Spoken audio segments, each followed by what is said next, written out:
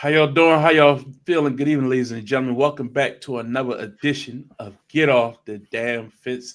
That's right, we're back with the 695 Crew, a podcast venture that we started back in June of last year. And we appreciate everybody for their continued support. We know last week we were not here. We took a week off, kind of like that Super Bowl in between AFC Championship game, Super Bowl bye week. We had ours last week, but we back. And no better time to be back with Calvin Thomas, Justin B.A. the Barber Harris. What's going on, gentlemen? What's happening? What's happening? Man, it's a lot happening, clearly. First of all, we're going to kick off the show, sending love to, family members of the show. Justin, you told us you've experienced a couple things in the past week, sending love to the family. Calvin, we see where you at tonight, and we sending love to you and your family. So just everybody, pray for everybody. This is this time of year. Sicknesses across the land. People going experiencing things with their jobs, with all this government stuff, with Trump shutting down all types of agencies. Calvin, are you good? He don't seem to like y'all department either. Y'all good over there?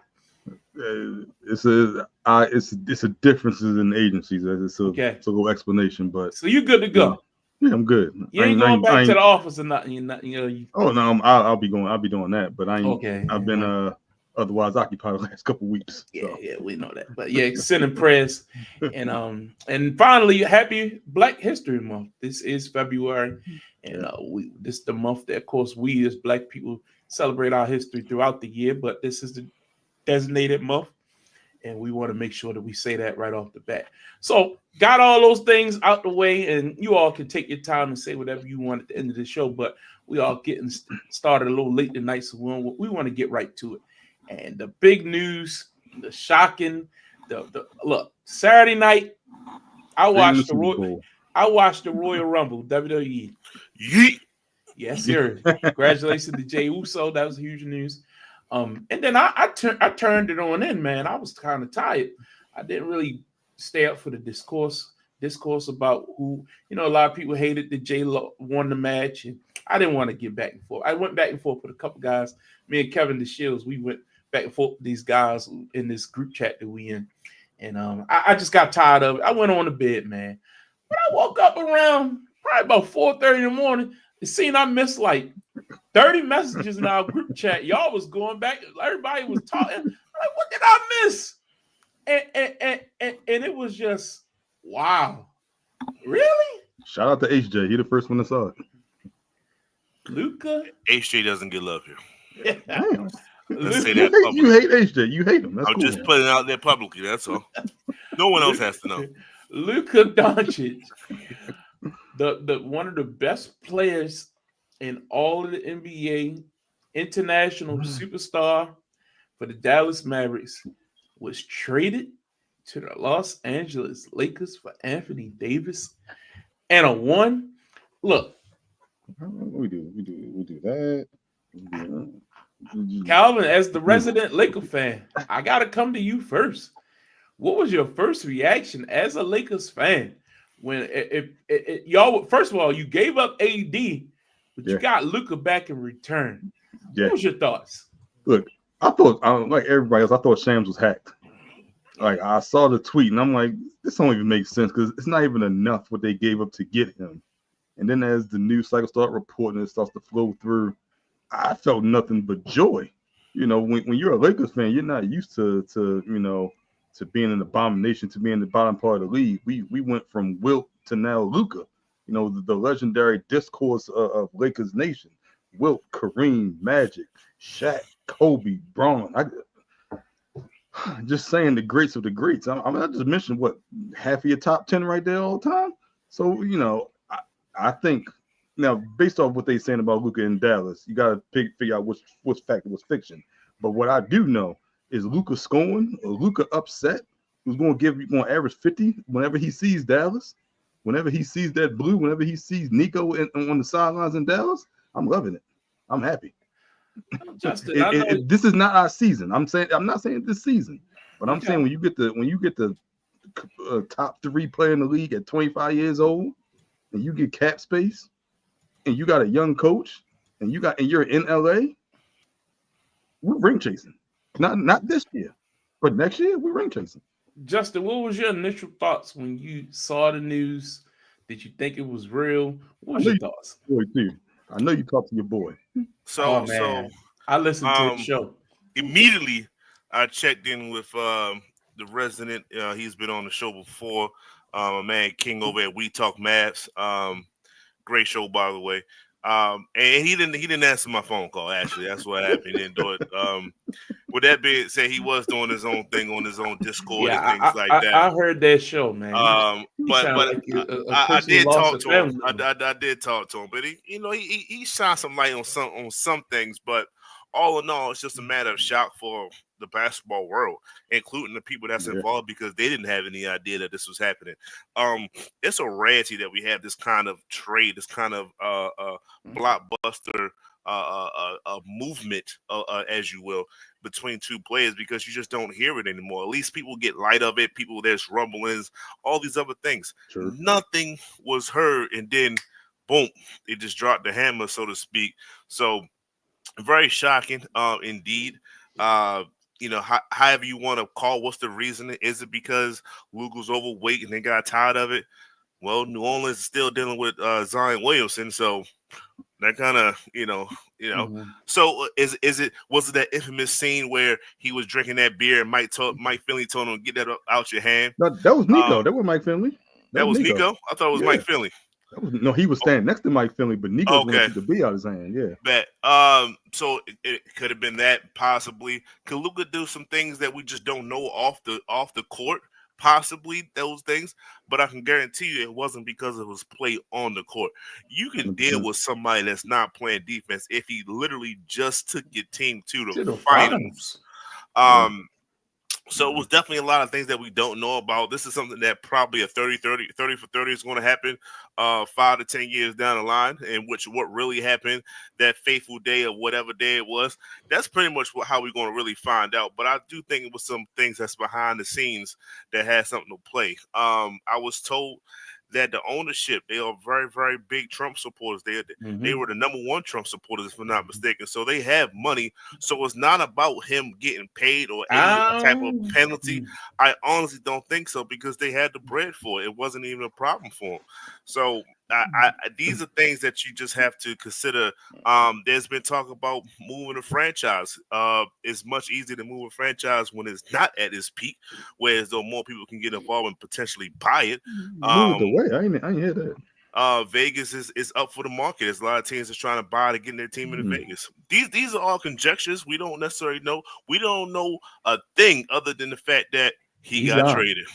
And I really was thinking about this after hearing a lot of the discourse the next day, because of course when the news breaks on Saturday night, it's Sunday the next day. You don't really get the whole news cycle. You had to wait till Monday for all the people that really talk about this to really dig their heels in. A lot of the investigative reporting happened over that next 48 hours. But like you said, if you watch that press conference with Nico Harrison and Jason Kidd sitting there, Jason Kidd was so awkward.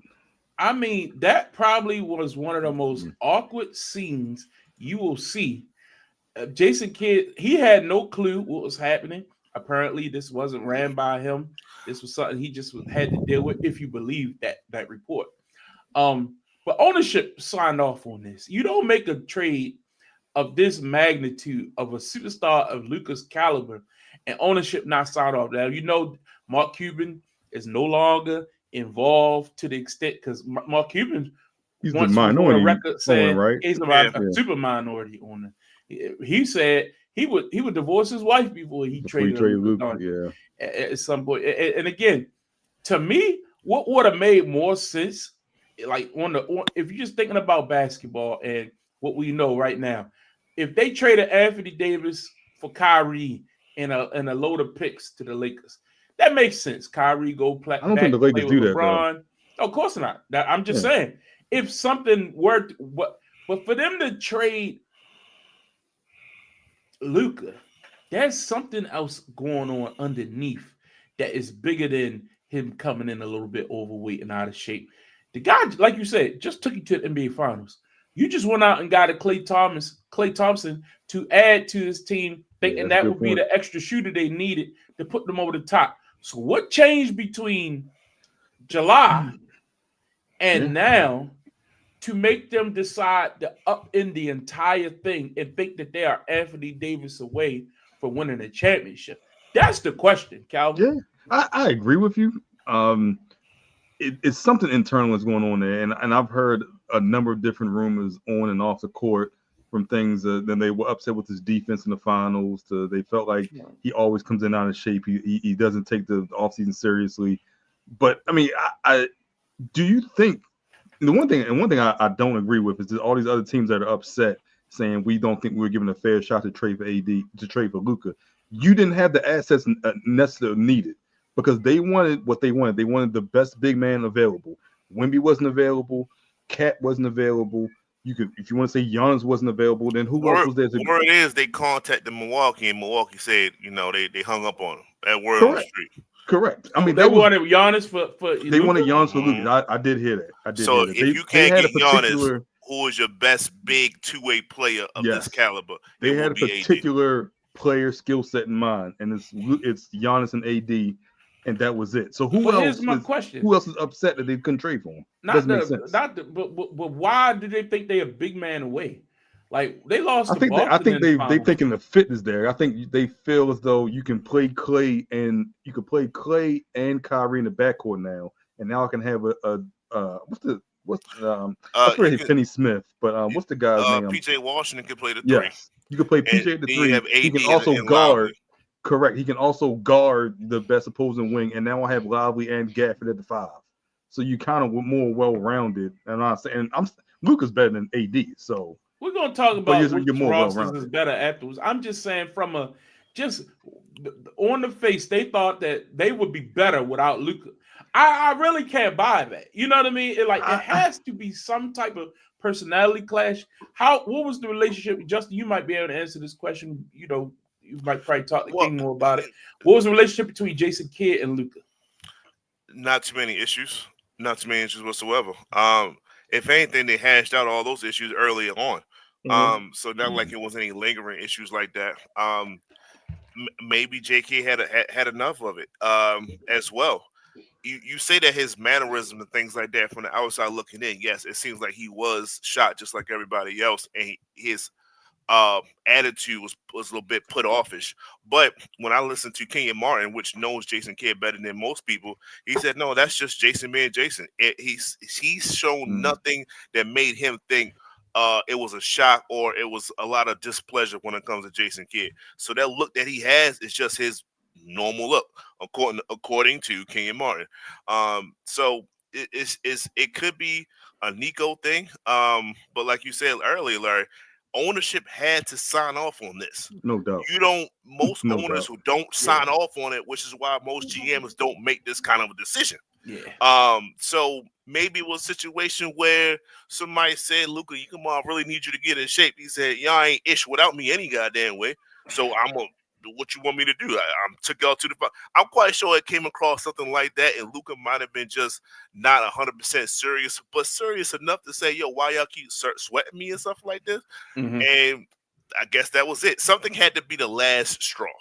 Yeah. And the fact that this was kept quiet, a one-to-one call, again, reports say LeBron didn't know nothing about this. Clutch Sports wasn't brought into it.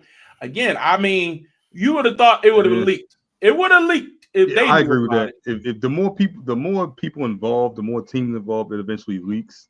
And I'm the surprised it didn't leak after Milwaukee. And Rob Pelinka clearly. The Milwaukee thing should have leaked, in my opinion. Like if somebody calls it for Giannis, that's the first time I'm hearing that. Yeah, that should have leaked. Yeah. So Luka was shocked to find out that he would no longer be in Dallas. And now, guys, this ain't just no regular player. We had King on the show during our preseason preview, and he was talking about how Luka about to go for MVP, a generational talent, and he's put up big time numbers. Took his team to the finals last year, and for you to get rid of a guy who basically is top 5 player in the league, been all NBA 5 times? I believe? Yes. Luka is the only guy in the league in his first 6 seasons, 10,000 points, I think it's 750 rebounds, 500 assists, five All-NBA teams, and won more than 5 playoff series. Only guy in NBA history. Not Mike, not And LeBron, clutch in the fourth quarter. anyone. And you trade him. Yeah, I don't know. And then the question is, let's talk about the merit of the trade itself. AD, great player, two-way player. We know he can guard. We know what he can do with the basketball in his hand. We'll talk about is the Dallas team actually better constructed right now, given that Luka's been injured. But from just what you got back for Luka, I'm sorry. You got to get way more back for a player of that magnitude when you trading like not no disrespect to Anthony Davis, but it's not like he's been this probably the healthiest we've seen Anthony Davis in many years this season here. And we only in February. We've seen him go down multiple years with injuries. He's fragile. He's a champion. Not going to knock him for that. But if you're going to go get somebody, I need a couple first-round picks. I need something. I need another player or two. I think they got fleeced. What you think, Justin? Yes. You don't make this play unless you got to get Gafford back. You got to get MVP player. So if you don't have an MVP player or within the trade, then it's going to look lopsided. But I mean, AD is when healthy, when motivated, he is a top 10 player. So top 10 for another top 10. And they just doing a first round draft pick to go with it. I'm quite sure that if they wanted to finagle that other draft pick that the Lakers have, they probably could have sworn that, and Rod would have been like, sure. But he pushed back a little bit, I guess, and they was okay with one. At AD's peak, he's never been the number 3, which I think you can say Luka's top 3 in whatever order. It's Jokic, Giannis, Luka. So I'm gonna say top 3 at worst. At no point, and I love AD. He brought ring number 17. He's never been top 3. AD is 6 years older than Luka.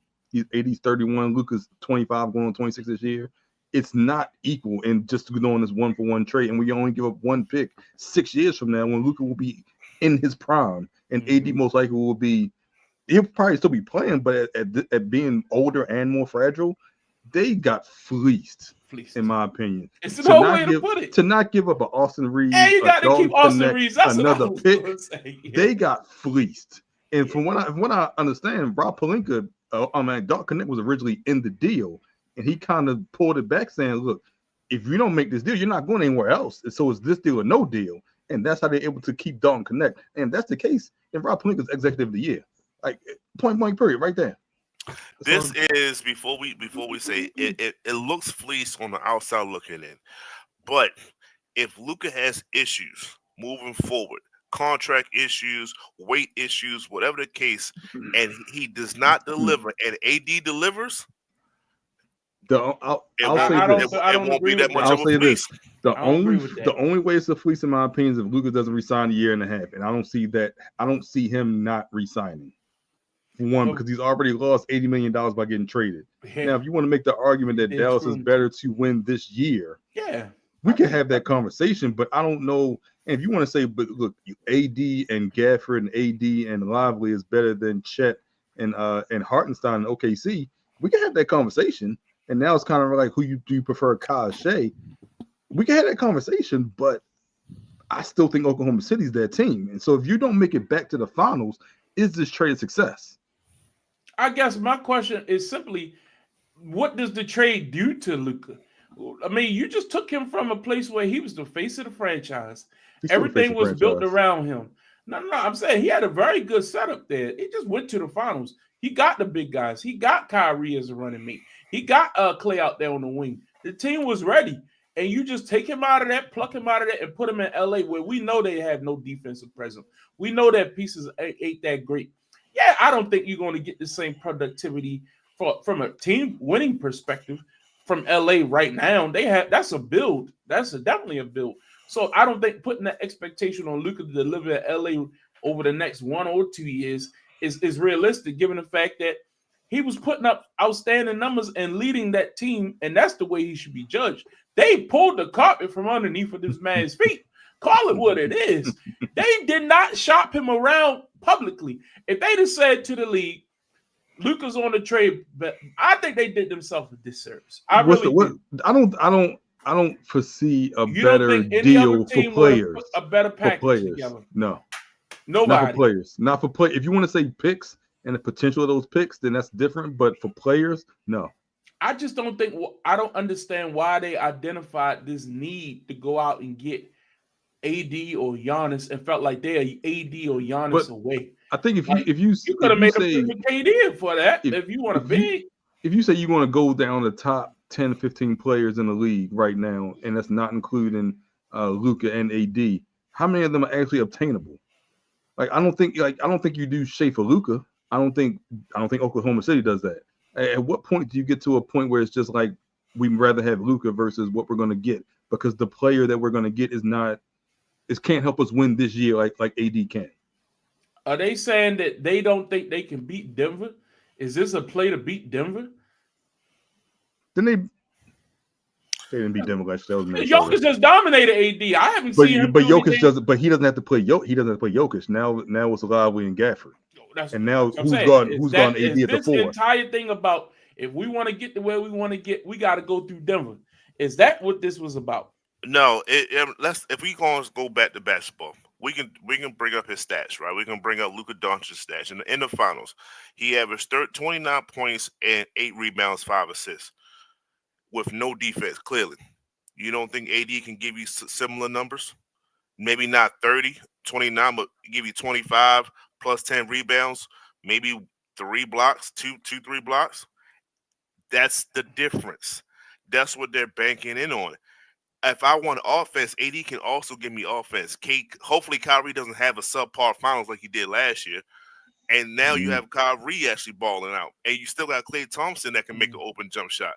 The team roster isn't bad. They're just saying if one person gave me 0%, I'm going to do better than that. If one person gave me lackluster percentage on defense, I'm bringing in a defensive person first and foremost. I just never seen a franchise look at one finals performance and say, we don't think you can get better. We're getting rid of you. A superstar, not no average guy. A superstar. This has never happened. This is ridiculous, man. I never seen nothing like it. Anyway, so that's looking from a Lakers perspective. Now LeBron James in 20? 20. Is now 22. Lord help. He's 40 years old. Is now paired with Luka Doncic, who is one of the next guys. I'm not gonna say he's the next guy, but he's one of the best players in the league. Will probably be the Lakers' foreseeable superstar for the future. LeBron's on his way out. We all know that. But does this team, where it's constructed right now, how many? What is their path? What is their path to success? What do they need? We know they're missing pieces. What does this do to LeBron? He had AD. They got one title out of it, but it was a ceiling to what they could do. You know, I have issues. I have issues with this team. I have issues with this construction of this team. They said that we are we are big away. That's what they say. They might can go out. Hell, I know Mitchell Robinson is up for sale. You know, they can go to New York and talk to him and say what's up with him. And then now you have your starting center. So it's not that. It's honestly, I have a problem with LeBron James.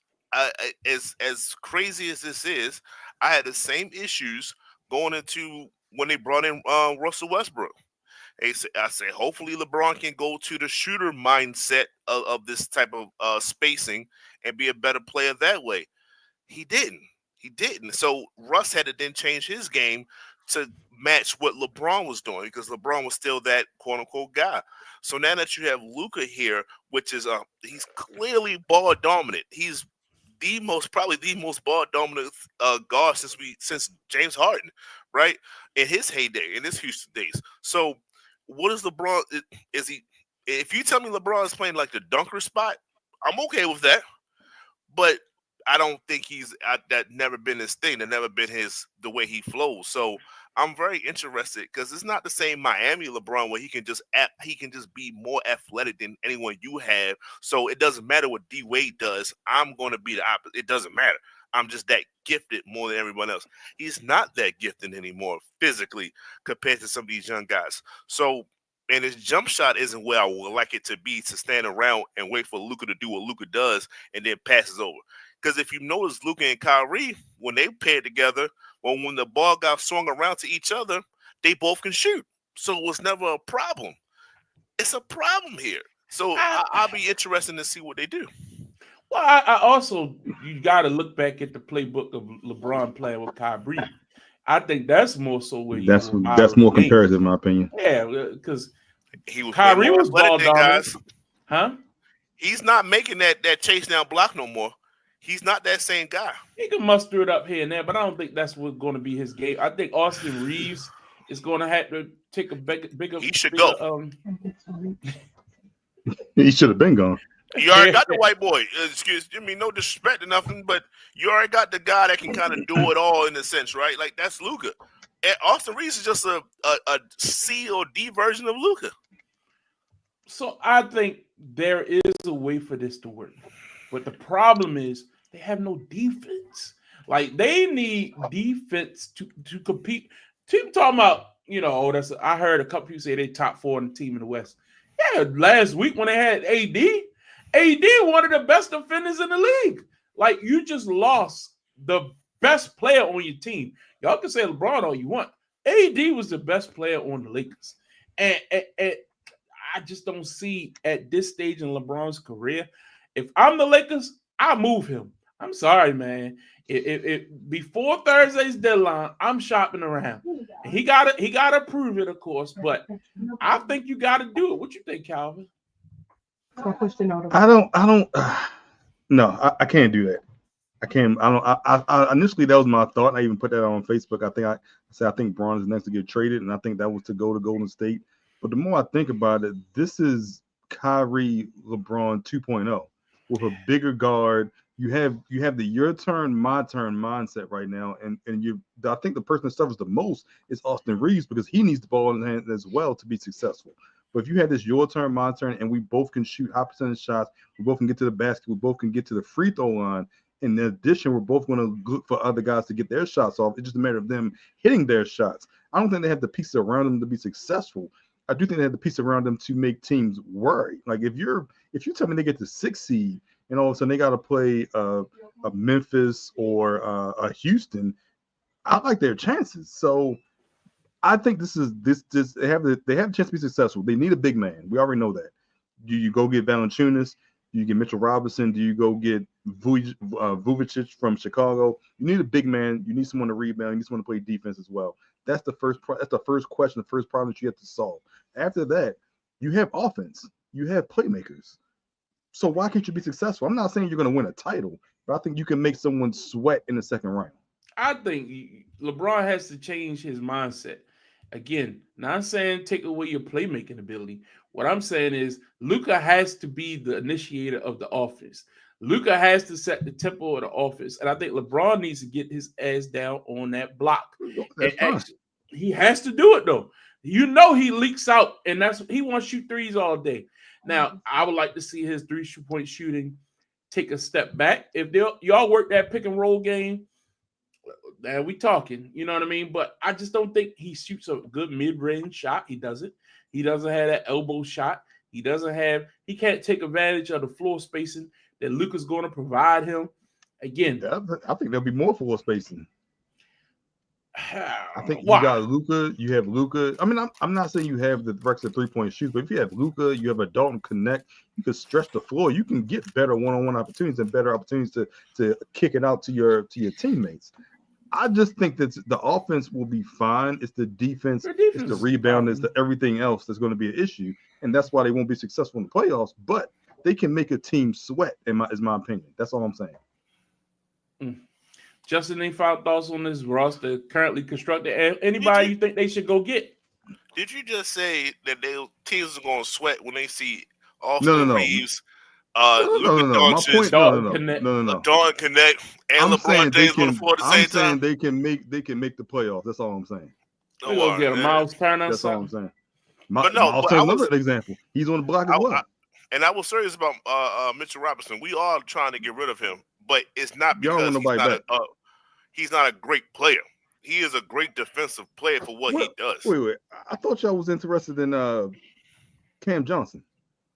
We're interested in a lot of people, but the fact of the matter is we're not interested in the services of Mitchell Robinson anymore. Okay. Interesting. All right, let's look at this from a Dallas perspective, because now they have Kyrie and AD.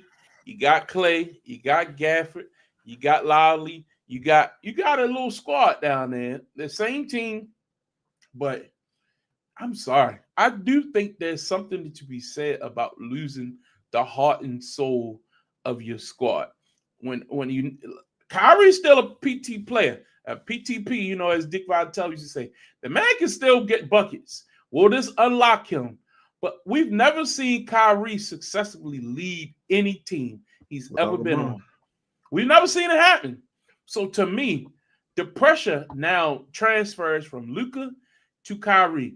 I watched them closely, and Kyrie, he's been playing well here lately without Luka in the lineup, but it's a different look to this. They lost 5 or 7. I think they beat OKC like twice. You know what I mean? Lost to everybody else. The team you got to beat though. But now you go get an AD, put him out there. Again, my biggest issue with this squad, the way it's constructed, is availability. I'm not banking on Klay Thompson being able to sustain whatever production he has. I'm not banking on AD not getting nicked up. We've seen Kyrie nicked up every year. What's going to happen with the pressures on him to be 100% the guy each and every night? I don't know. What's your thoughts on that, Cal?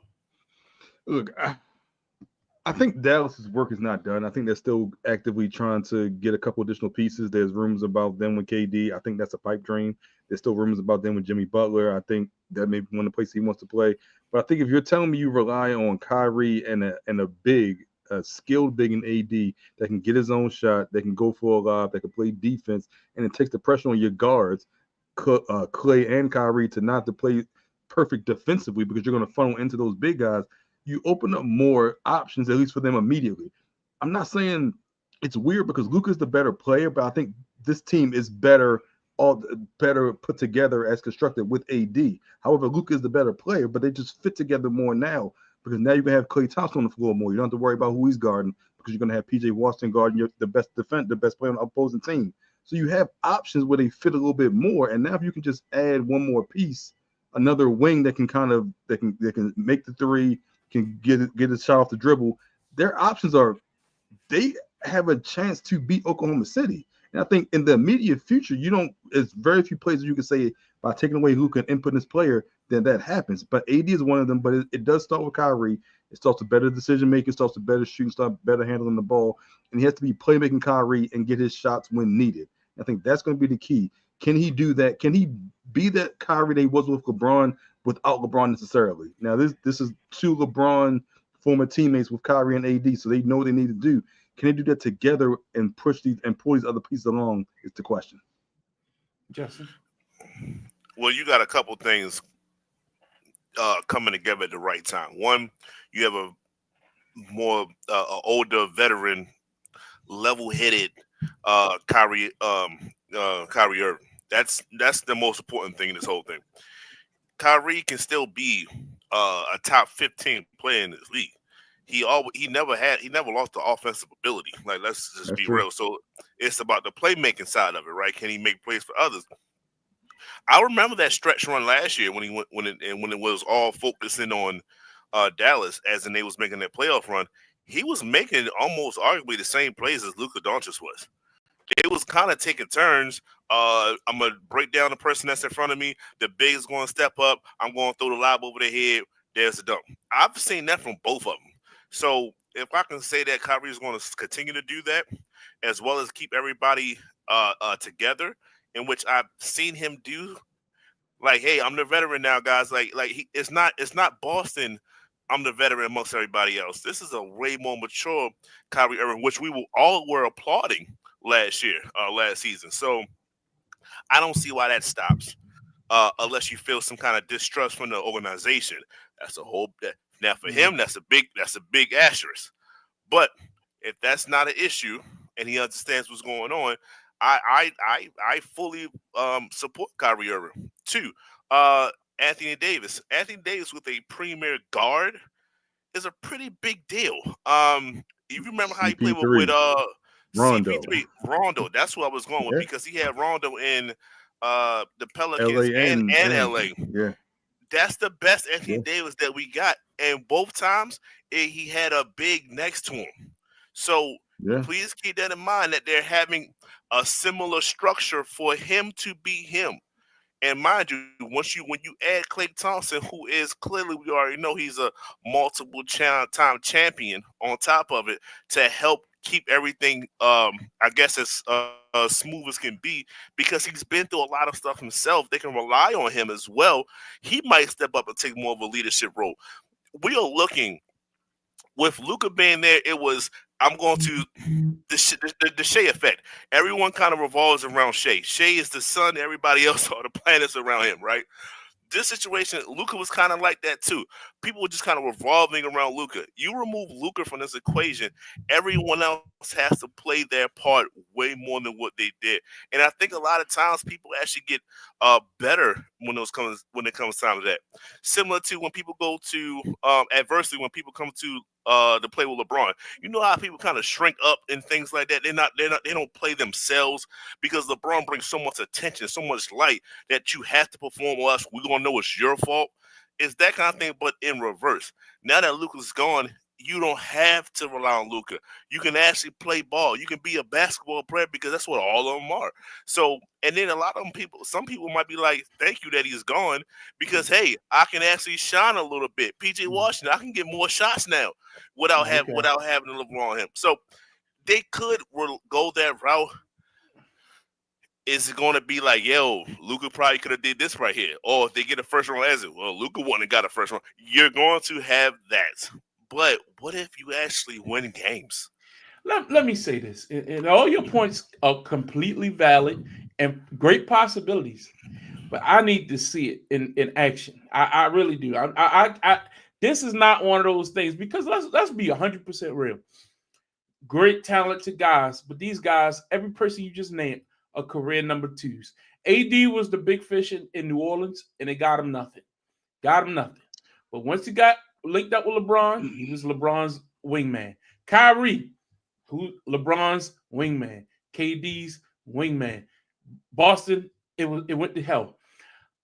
Klay, Steph's wingman. These are never been guys where they have led teams to success of any kind, where they would have wanted to be like, this is on you, and you're the reason why we winning, and you're the guy. So for me, you take a collection of 3 number 2s and put them together. I still need to see when it comes time to winning in the playoffs. Now, can we all agree Dallas is good enough to make it to the playoffs? We all agree to that. Yeah. If they match up, well, right now, what they sitting at? They not.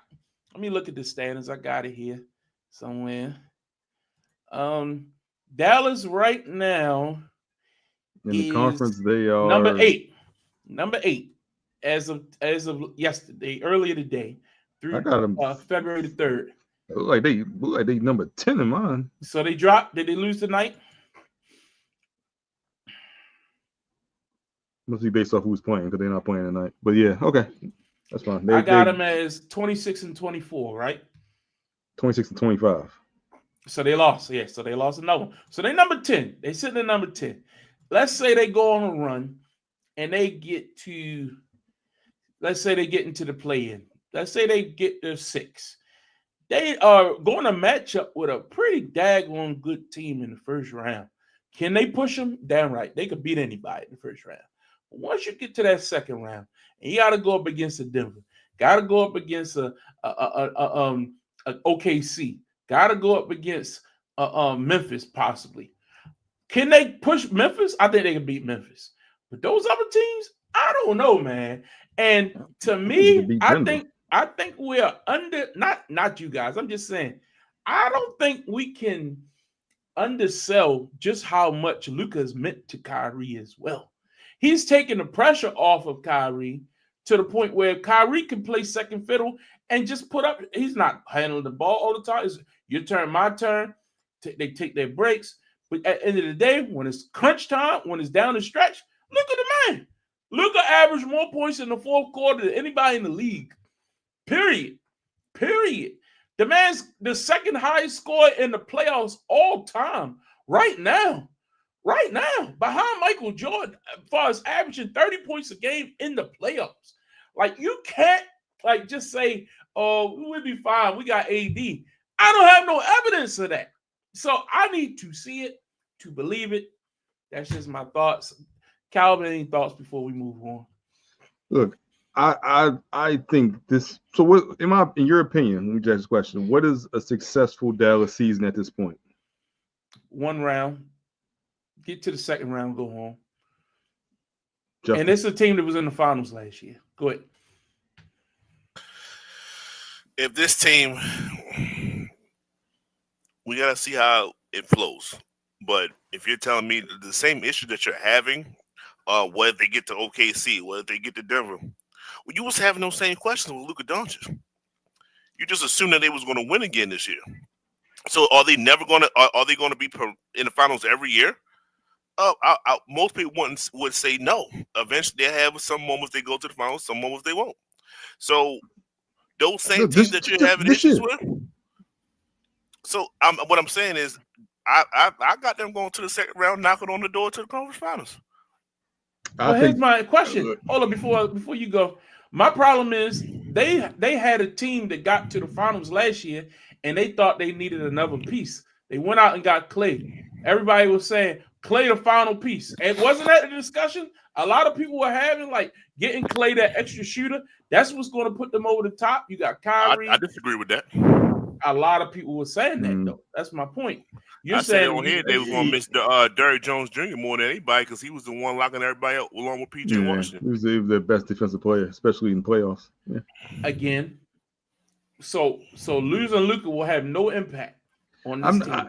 I think that's the misconception. I'm not saying that. I just think they fit better? Do they have the potential to fit better with this year? I think that answer is yes. I'm not saying Luka is worse than AD and AD is better, but do the piece have the potential to fit better? Yes. I think they can make the conference finals. I think anything less than conference finals appearance, I think they should beat Memphis. They should beat Houston.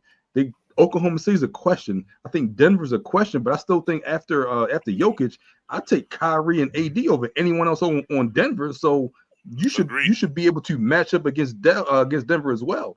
And it should be at least a 6-7 big guy. No. I'm not saying that. I'm saying, but I don't think he has to guard him. That's my one point. He doesn't have to guard him for 48 minutes like he did in LA. It's going to be Gafford and it's going to be Lively, and they're going to give up 30 points as well. But I think AD should take advantage of Gordon as well. So I think those two should cancel out, even though they're not playing against each other. So I think you should at least be able to push that series to 7 games. So your only threat in the West should be Oklahoma City if you're Dallas. If you're Dallas, and that's how you should look at it. If you play Dallas in second round, you play Oklahoma City in second round, you might lose. But if you can get to a 2 or 3 seed, or you missed them in the second round, you should beat anyone else. Memphis, Houston, potentially Denver. It does not matter. The ceiling for them, the absolute floor is getting to the conference finals. If you get lucky, you make it back to the finals. So, in y'all opinion, this was a successful trade overall? No, they could have got more, but with what they got, it's still not bad. See, what we're not looking at is what AD does defensively as well, right? No, I'm looking at it 100%. But I still think him being there defensively, he don't play the best guy that they should be trying to stop. He ain't gonna play Jokic. Correct. So what difference did that make? Who else was he? Who else at the power forward position? Is AD going to be that impactful against? I guess he plays. He rotates. The other thing is interesting. He doesn't have to play for 48 minutes. Like if you can tell AD, look, just focus on defense for the 10-minute period. Before we even get that far, how did LA beat Denver before? They had Dwight Howard. They had Dwight Howard. And who else? And they had JaVale McGee. And McGee, right? And 3. AD, yeah. Can you please tell me how Minnesota beat them last year? With Rudy, Nas, Reed, and Cat. Okay, now can you tell me the Dallas big three, their defenders from the center power forward position? Ain't none of them Cat. Ain't none of them Nas AD Reed. is better the defensively than Cat. He don't shoot he don't stretch the floor like Cat. But we're not talking about that. We're talking about defensively only. But it changes the that. whole everything. It is not. You have two centers, Lively, and you have the other which Gafford, which played well last year, and then you have AD. You have three bigs that can all share minutes on Jokic, and that's how you frustrate Jokic. It's not one defender. It's But never Denver going to be also one had defender. injuries last year. I think that was more to do with Who was Denver. injured? Jamal Murray wasn't 100% last year. Jamal Murray ain't He been was 100% in 3 years, but he won a title 100%. with him. He won 100%. You just hate Jamal Murray. You always have. No. I think Jamal Murray's underrated. I think Jamal Murray needs more credit for Jokic's success, but he just gets downplayed. So I'm not a Jamal Murray hater. He knows his limitations. He knows that if he goes against Jokic, it's open and closed. It's open shut against him. Especially if I got to guard him 48 minutes. Help. Yeah. He knows. I'm just saying. I don't think that Denver is the prize anymore. I don't think Denver's not the prize. It's Oklahoma City. That's what I'm saying. Again, watch out for Houston. Let's move on. Not knocking Houston. Houston's a great team. I think they're young. I think they're Dallas. I mean, they're Oklahoma City from last year. But okay. Another trade happened this week. De'Aaron Fox was traded from the Sacramento Kings to the San Antonio Spurs to pair him up with Victor Wembanyama. What's your initial thoughts when you heard about this trade? Is Fox a good piece to add to that Spurs team? And do they need to make another move to try to pump this team up to make a playoff run? Let's start with you, Justin. If y'all remember when we talked about the preseason, I said De'Aaron needs to get out of Sacramento. I stamped it and everything. This was the best thing that I can see happening. Would I want Trae Young, maybe a bit of a better shooter, to be paired with him, with Wemby? Really? Yes. But if you're asking me what's the next best thing, if I can get it should be multiple-time All-Star guard, one of the fastest guards in the business that's waiting to take his team to the next level, but he just never had the run and makes to do so. It is a perfect, great move for San Antonio to go ahead on it. And more importantly, he wanted to go there. Yeah. That's that. Well, he understands. He wanted to go to Texas. He wanted to go to Texas. No income tax and tied them damn fires. Well, he's good. He's good where he's at, right? Because his wife is somewhere from that Texas region. I know she went to Texas Tech, played ball there. He actually chose her number 4. He switched his number. So shout out to him on that, showing love. But, when you pay yourself with the Wemby, you're paying yourself with the greatest defensive player right now. Like, they're going to rename the award after him.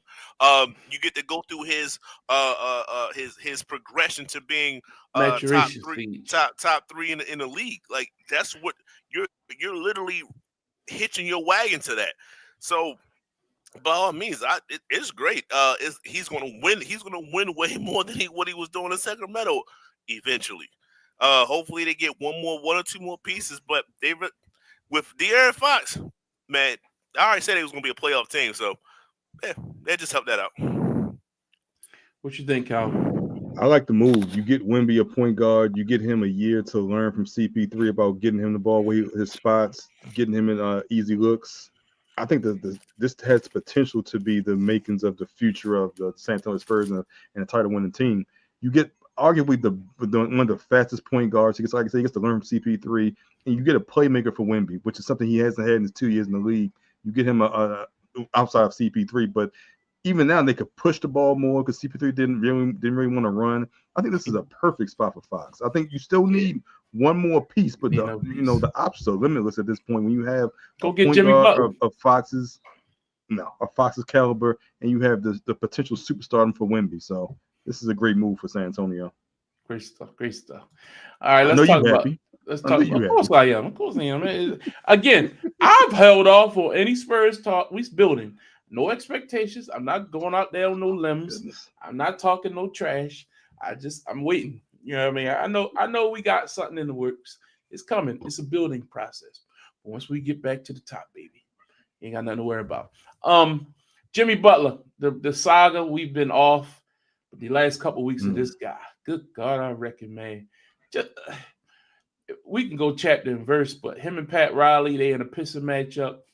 There's reports that supposedly there was a deal on the table to get him to Phoenix that was kind of nixed. I really? heard it. Yeah, it was Okay. like he wouldn't. They wanted something that he didn't want to give up, and oh man, all types of back and forth. Golden State wanted him. He didn't want to go there. I thought the Golden State deal was next. I didn't hear about Phoenix. He wants to go to Phoenix, Yeah, but it was for something that they didn't want to give up. So he's pissed off. He's digging in. So does Jimmy have no trade clause in his contract? no, he doesn't. He can be traded anywhere, but I think the problem is he can opt out after the season. So he has to agree to resign to whoever he goes to. Well, he has a player option for next year, but if he opts out, then you're basically trading him for nothing. What, for nothing? A couple of weeks. Yeah. Unless he's a contender, then he might do the same thing he did in Miami. Yeah. Give me your thoughts overall on Jimmy, how he's handled this, how the organization's handled this, thoughts on the whole thing, and whether you think he'll be traded before Thursday. Cal. Initially, I'm always pro player, but as this kind of dragged on and to hurt your current teammates in the way that you have by not playing, not being a good teammate, I think that's where it's kind of turned me off. And for you to say, I want out of Miami, but I don't want to go to Memphis because they had a deal on the table for Memphis.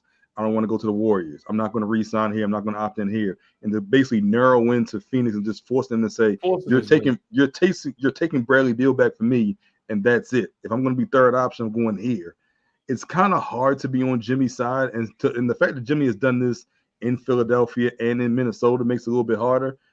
He's a great player, but I don't think he's talented enough to warrant all this extra attention. And I do think he gets traded. I'm just not sure if it's going to be the return that Miami hopes for, because the place that he goes, he may not want to stay there. So you're not going to give up too much if you know he's only going to rent him for 3-4 months. Justin? He getting on my damn nerves. Point blank, period. I see what you're doing. Yeah, you're trying to be more pro player than me. Usually, he doing too much, man. Like, I agree. Excuse me. This still a business at the end of the day, and it wasn't like Miami was trying. They tried, but they only can do what they can do. You are a great player. You did take your team to the finals twice. I'm not knocking anything. You are a Hall of Famer. That's all it takes is for you to lead your team to the finals. That's pretty much around here.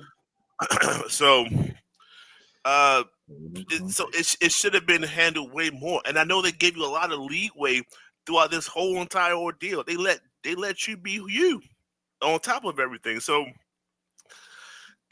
it's tough. But yeah, man, you go and mess around and get sent to somewhere you don't want to go, like one of the bottom feeders, and they just going to take whatever they can get from you, and then you going to find your way out the league. Like, that's just what it is. He is on the older side. He's like 35, 36. Yeah. Mm-hmm. Yeah. And, I thought long and hard about this when they traded Luka Doncic without him knowing, without any notice, without any idea that it was happening. That sent a message across the league to every player. You've seen the reactions. Yeah.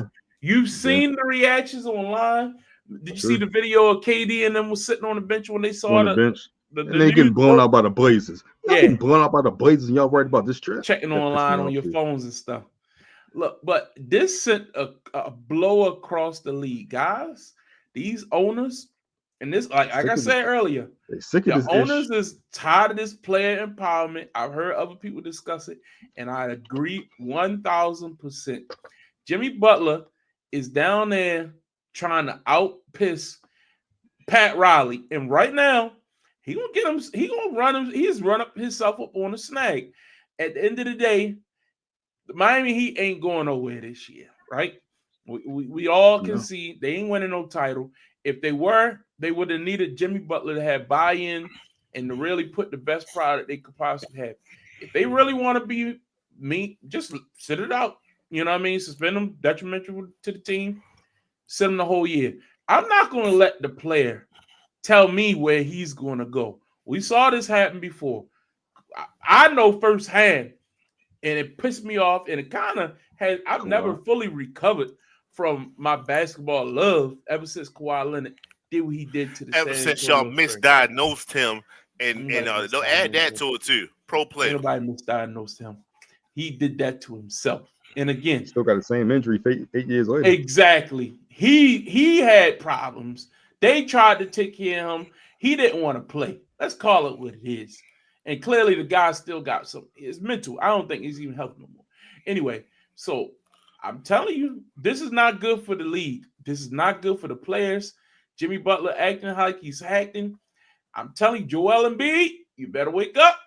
You better, hey, I don't know, man. This might send a message. Nobody's safe.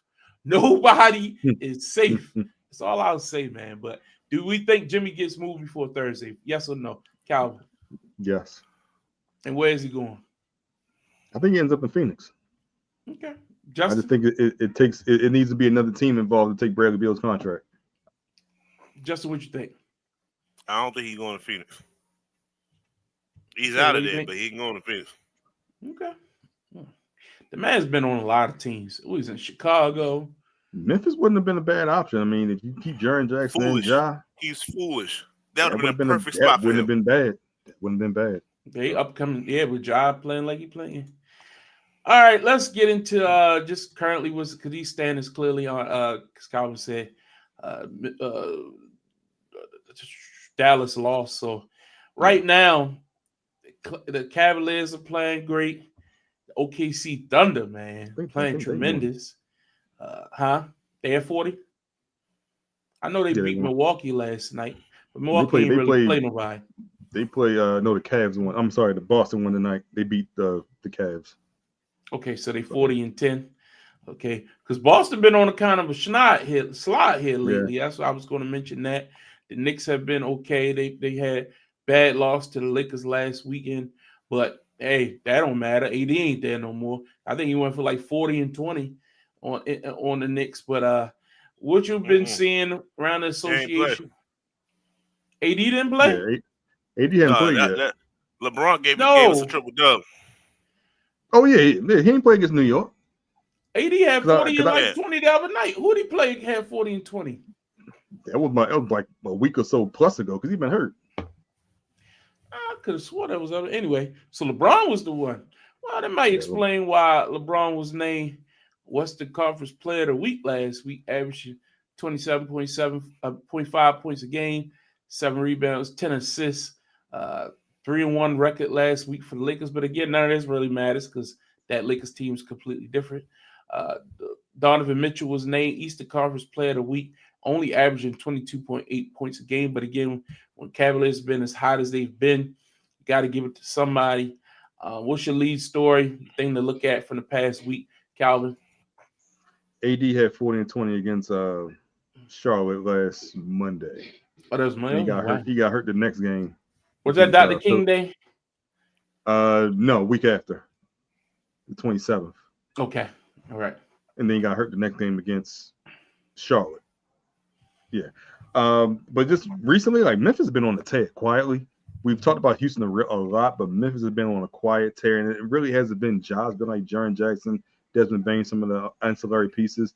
Ja's just kind of like picking and choosing his spots when he takes over, and they've quietly caught up to Oklahoma City. And Oklahoma City is 5 games ahead of them, but it's just you just didn't know Memphis was playing that well. It's been surprising, and quietly Denver has started to pick up a little bit. That Russ, Jamal Murray backcourt with Jokic has just been phenomenal on offense. They can't stop anybody on defense, but on offensively, the usage rate for those 3 guys is just crazy, and they're just scoring and assisting very well. So those are the 2 teams I've been looking at recently. Justin, give me your report on your Knicks. JB just went off for like 40 plus and beat the Houston Rockets last night. Excuse me. But besides that, just still trying to work some things out. We lost OG for a little bit. So OG, hopefully he'll be back better than, well, I ain't gonna say better than ever, but hopefully he'll be back healthy. That's all we want him to really do is be healthy. It did look like it was a soft tissue injury because he just kind of just stopped playing and looked down. Anytime someone stopped playing and looked down, you think, oh, he just snapped something, Achilles something. But they turned out it was a foot sprain. So, he should be back in about a week or so.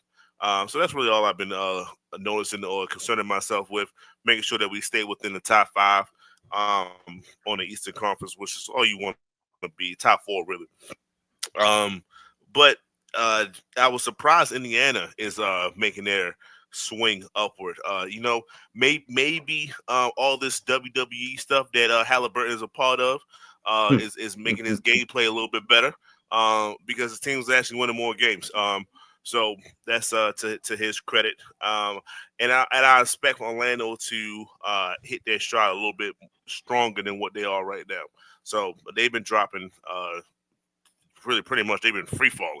So I expect them to be a little bit better moving forward after the All-Star break. Okay. All right. So tonight, the Los Angeles Lakers taking on the Clippers tonight. Right now, Hachimura, he has 10 points, 4-6 from the field in the first quarter. Can he be the guy to replace AD? Go ahead, Calvin. Give us your thoughts. Hell no. No. Mm-mm. What about Vanderbilt? The Vanderbilt, I need him to stay healthy for a week stretch. There's nobody on this team to replace AD. That move has to be made from outside the organization. And I already seen rumors about Valanciunas getting traded for Jurkic in Phoenix. So that's one piece off the table. So unless you try to pivot him from DC back to LA, there are really no other big men. The only one left is really Vucevic in Chicago. That's really the only big man left that's still accessible for a team that's going to make a playoff push.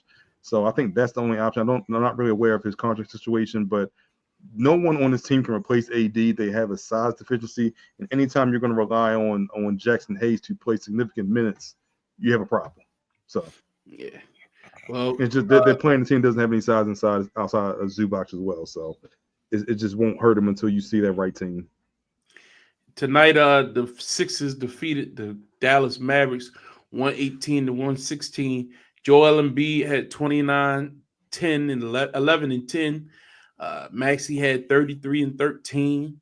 But then on Kyrie went off for 34 tonight. Of course, no Anthony Davis yet. So no Paul George. Clay had 12. Exum had 14. Interesting. So we'll see how that team is faring once we get. I think Doncic might be back on Saturday. I think the reports were saying he might play. I might rest him until after the All-Star break. If he's not 100%, why rush him back? You know what I mean? But anyway, there may be just a reason to get him out there so he can play in the All-Star game. Yeah, it's a whole nother week, so we'll see about that.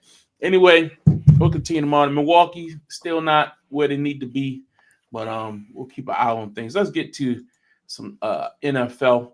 This Sunday, the Super Bowl will take place in New Orleans at the Superdome. The Kansas City Chiefs, the two-time defending champions, will defend the throne against the Philadelphia Eagles led by Jalen Hurts. The teams are both represent the best of their conference. I think all three of us had the Eagles being the number one overall seed in the NFC. If we go back to our preseason predictions, yes, we all had Calvin, you had Philly and the Texans, and myself and Justin both had the Miami Dolphins as the number one seed in the AFC. All of us were incorrect in them presumptions, but at least Calvin, your team made the playoffs and won a game, didn't they? Did they win a game? No, they didn't win a game. Yeah, Houston did win a game, right? Texans did win a game. Yeah, they beat the Chargers. Yeah. Good on them. So, Calvin, I think I'll give you the award for having the best predictions this year. Congratulations. But we all had Philly going pretty far this year. I had Philly winning the Super Bowl before the year. So I think I have a chance to be the best. Remind the people, who did you have winning the Super Bowl this year, Calvin? I had the Ravens. Justin, who did you have winning the Super Bowl? I'm about to jet on out of here if y'all don't hurry up, man. Yeah, so Calvin had the Ravens, Justin had the New York Jets, and I had the Philadelphia Eagles. So I'm still alive in that particular prediction poll. And I do have the Eagles being a very contending team in this game. I think that they match up well with the Chiefs. And let's get into this. So the opportunity for a team to go out there and avenge what happened to them just 2 years ago. Now, we know in the playoffs, in the Super Bowl 2 years ago, Jalen Hurts a young player in this league, went out there, and many people thought he was the best player on the field on that night. He represented himself well, gave his team an opportunity to win, but they came up short. Jalen Hurts has been under a lot of scrutiny this year, given the fact that they went out and got Saquon Barkley in the offseason and shaped the entire offense around Saquon. Jalen took a step back, causing people to take causes into question his abilities. Can he throw the ball? Does he have the ability to get his playmakers involved while also running the football? And Jalen's been under fire. A lot of questions at media day were hurled at him. I thought he answered them with grace. I thought he was quick on his feet. I thought he answered things very intelligently and represented himself well. Question is, if Jalen Hurts isn't the best player on the field on Sunday, can the Philadelphia Eagles beat Patrick Mahomes and the Kansas City Chiefs? Justin, what's your thoughts on that, the way it's framed? The way you framed it, can they beat the Kansas City Chiefs if Jalen he's Hurts not is the best player? Not the best player. Yes, they can still beat them. Okay. Why? Simply put, the NFL league leading rusher in Saquon Barkley. He can have a great game. He can have one of those 150, 200-yard rushing performances, and they can still find a way to win that game. So he doesn't have to be the best player on the field in order to win the game. And the way you set it up, no, he does not have to be the best. What's your thoughts on that, Calvin? Does Jalen Hurts have to be the best player on the field for them to beat Patrick Mahomes? No. Saquon is be the best player on the field. I think that's simple. We've seen what this running game did this entire season, 2,000 yards. I've had questions about Jalen Hurts the last couple of weeks, and those questions have been answered by Saquon Barkley, not by Jalen Hurts. So I actually think if Jalen Hurts has the better game between him and Saquon, that means they were able to the Kansas City Chiefs shut down the run, and they were one-dimensional, and they just threw it enough times that which he just acquired enough passing yards. I think Saquon has to lead this team to victory. I don't think Jalen Hurts has to be the best player, to answer your question, for the Philadelphia Eagles to win this ball game. I agree with what Justin said. Saquon has to be the best player on Philadelphia for them to win the Super Bowl. Exactly. That's why I framed it the way I did, because a lot of people have been framing it elsewise. And I'm like, look, for them to be what they need to be, why not feed your best player? Nobody's sitting up here saying that he's better than Saquon Barkley. You went out and got him for this very reason. For this very reason. For this playoff why stretch. is it detracting away from Jalen Hurts when the game plan is actually intelligent? And this was my issue when I was talking about Derrick Henry and Lamar Jackson. Let Derrick Henry ride you to a title. Lamar Jackson is still going to be great, but you don't have to force feed passes just to say that Lamar is great. If you're running the ball and it can't be stopped, don't go away from it just to go away from it. And that's the same philosophy I see with the Philadelphia Eagles. So then I'll ask you this question. A lot of people have felt like Jalen Hurts has been disrespected. Because of the offense he's not being asked to do what a Patrick Mahomes has been asked to do, or Josh Allen, or Lamar Jackson, or Joe Burrow, that he shouldn't be in that category with them. But let's see, look up at his career. He's now going to his second Super Bowl. He was an MVP candidate twice now. Not this year, but 2 years ago, he finished top 3 MVP votes. Last year, before everything fell off the cliff, this team was 14-1 or something like that, or they had a lot of wins, and then they fell off the cliff down the stretch. And there was no Saquon on that team, and the defense was not that good. But Jalen Hurts has had this team in contention and in the playoffs every year, and now this is his second Super Bowl appearance. Where do we rank Jalen Hurts right now when it pertains to these other quarterbacks, and what does he have to do to get into that conversation if he's not there now? I'll start with you, Calvin. Look, in regards to the quarterbacks that you named, he is not in that caliber. He is not better than any of those quarterbacks. Is he in contention to be the best quarterback in the NFC? Yes.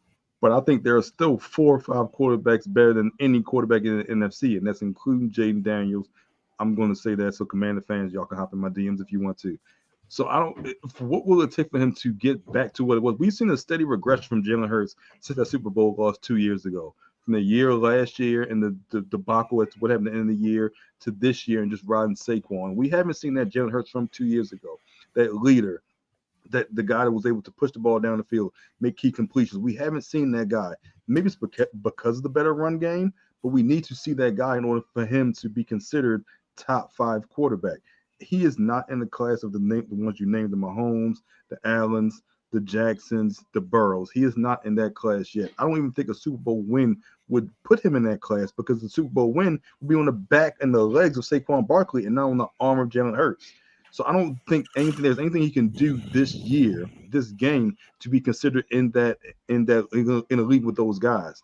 Next year we'll have that conversation, but at least right now he still has a lot more to prove because we've seen multiple MVP caliber seasons from those 4 guys that I just named. We've only seen one from Jalen Hurts, and we've also seen an offense and a defense that has carried them to victories, especially down the stretch when he was out. Now, granted, injuries are part of the game, but I just think Jalen Hurts has to prove more in the regular season. He has to prove more during the course of a season in order to be considered with those guys. It won't happen in one game. It won't happen on Sunday. Justin, your thoughts? That was a lot.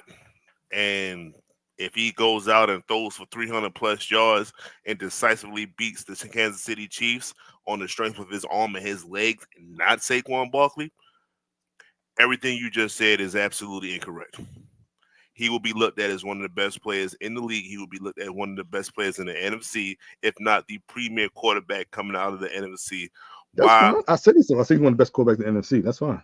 I also say in the league he will be right along with everybody else. I don't see that because he did what only 2 other players have done. Tom Brady and Joe Burrow.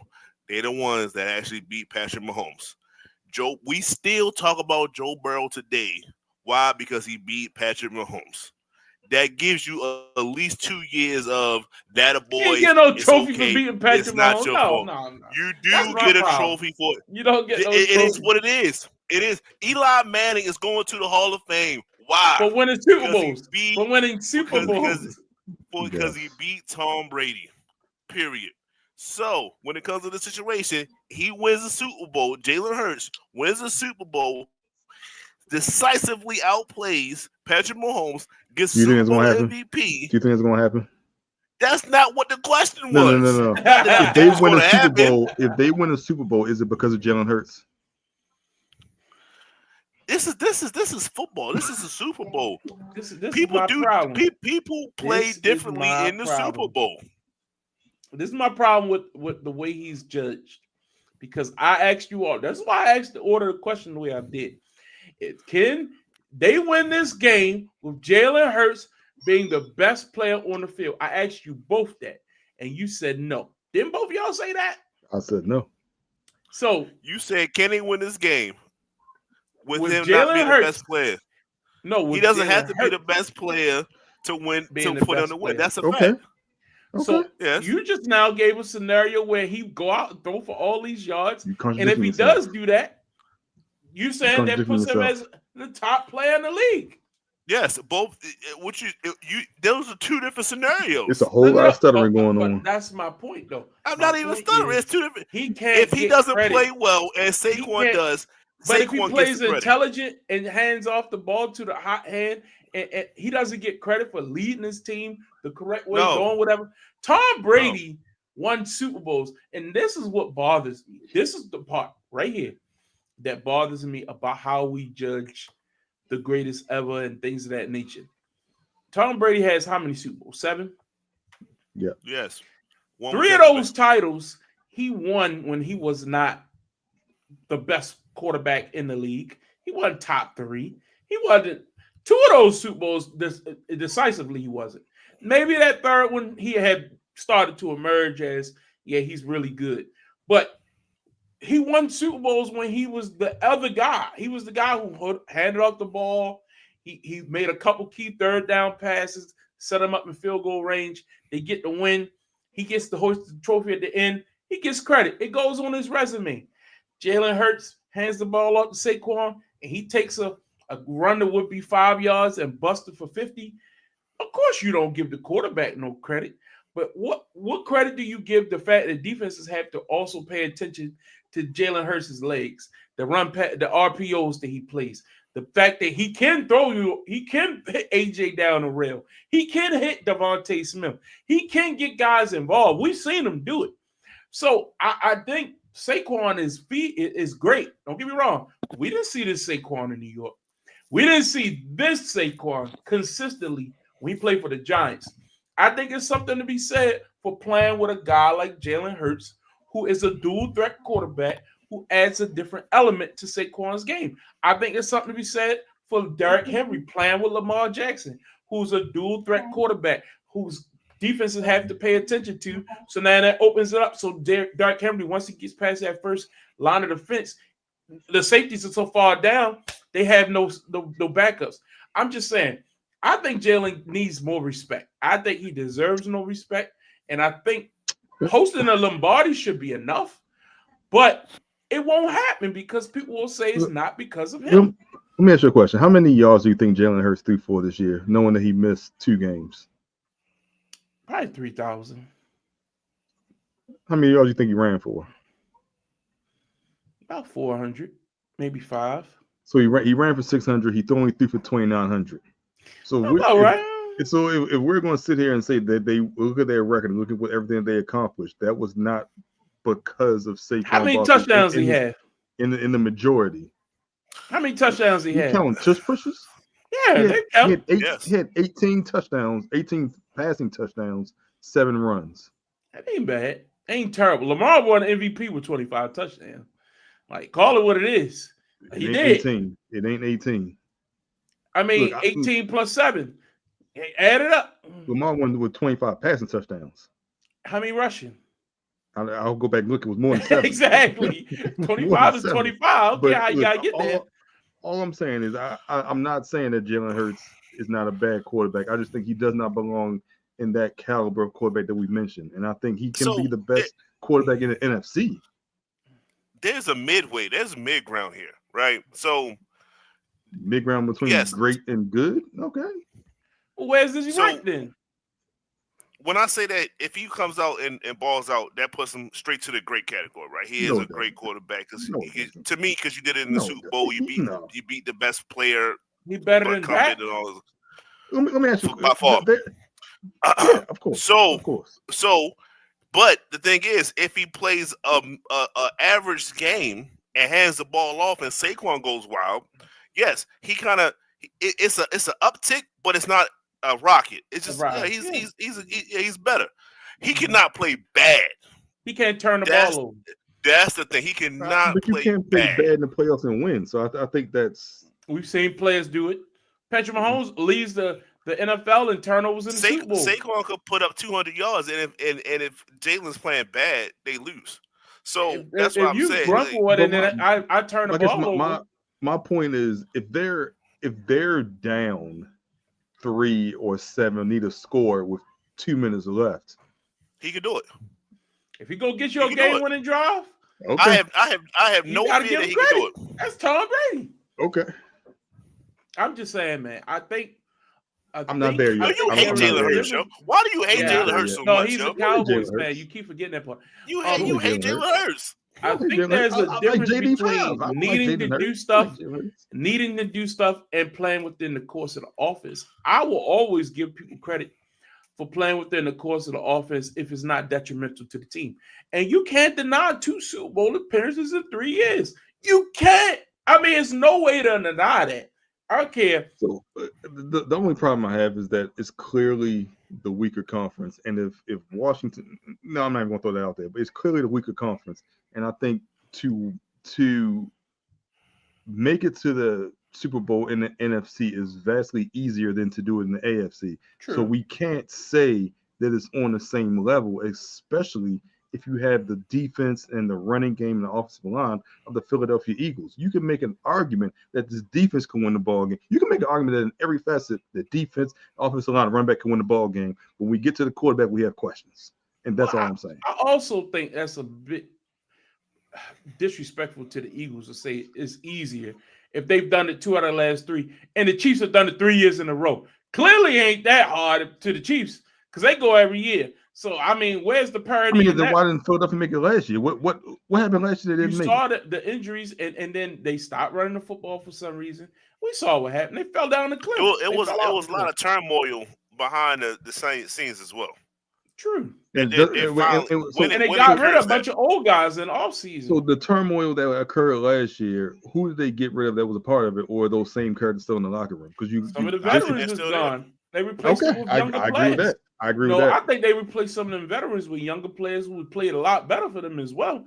Plus, That's true. they added Saquon. That's the key.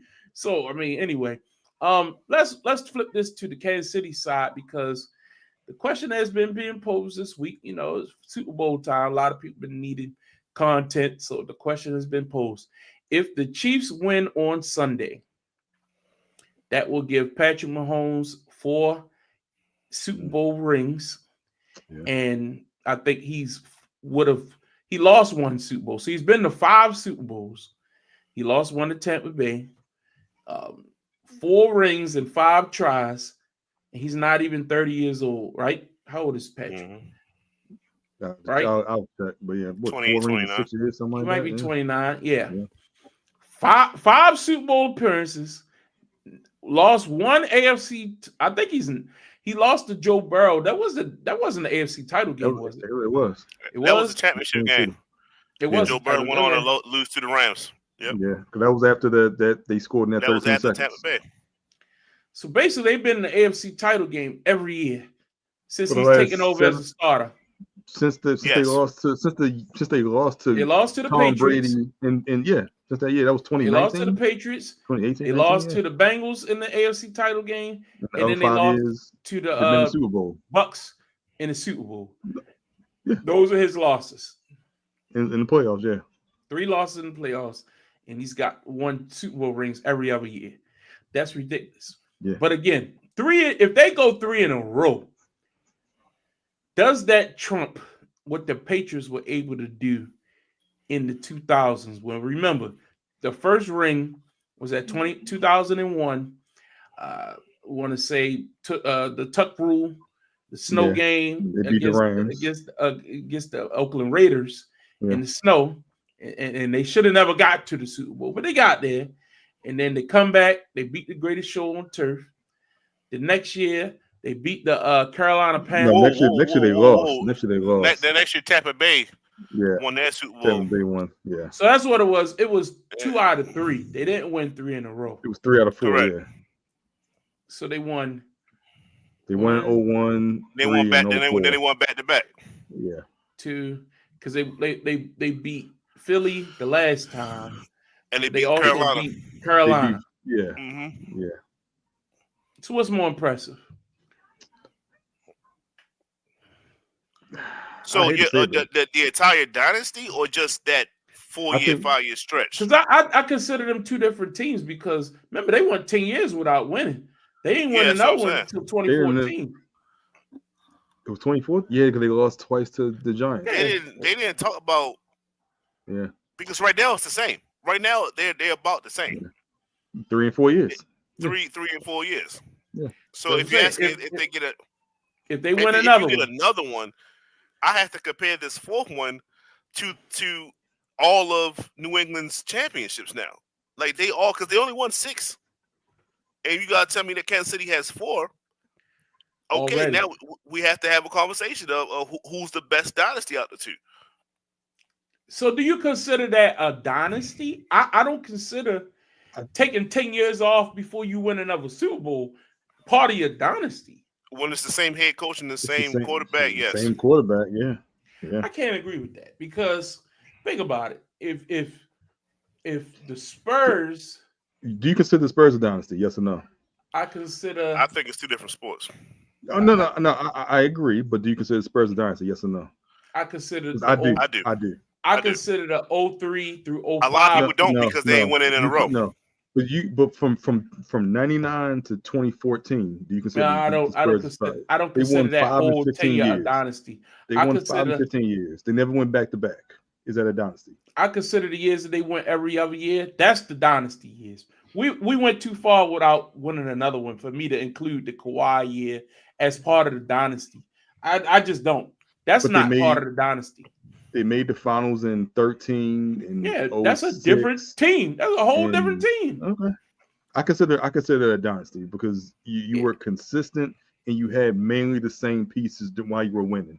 You had Duncan, you had Popovich, you have Brady, you have Belichick. So I consider those dynasties. Now, if you want to say from 04 to 14 is a big stretch, That's a you're right. huge stretch, man. But you still have Brady, you still have Belichick. Now, if this was a completely different team, of course it can't be a dynasty. So Well, you have to look at the see, if totality you of it, in look my at the opinion. totality of the dynasty, that dynasty lost. Like, if that, Okay. because remember, they lost to Eli twice in the course of those years.